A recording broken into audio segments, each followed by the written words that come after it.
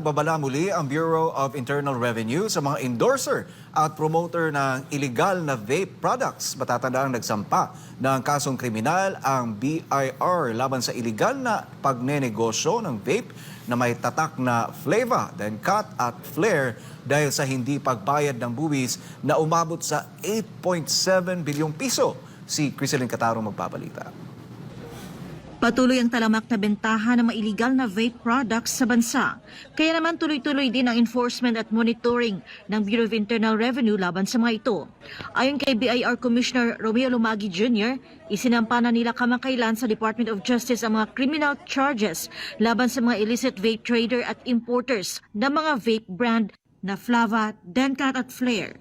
Pumalo sa humigit kumulang 8.7 bilyong piso ang halaga ng buwis na hindi binayaran ng mga negosyanteng ito.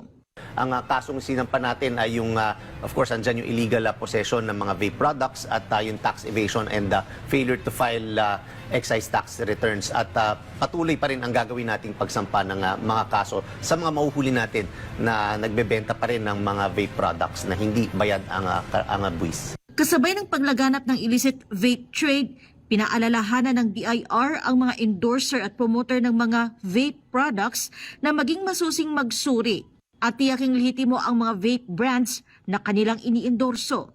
Ayon kay Lumagi, dapat siguraduhin ng mga endorser na rehistrado at nagbabayad ng karampatang buwis ang mga produkto. Anya, nakalathala naman sa website ng BIR ang mga brand na sumusunod sa regulasyon at pinapayagang magbenta. Kung ang vape product ay illegal, maaari ring managot ang mga endorser alinsunod sa batas.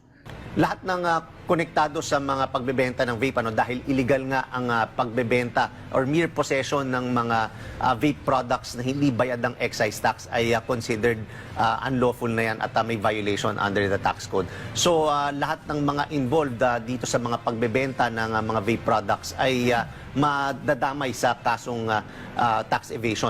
Para sa Diyos at sa Pilipinas kong mahal, Criselyn Catarong, SMNI News.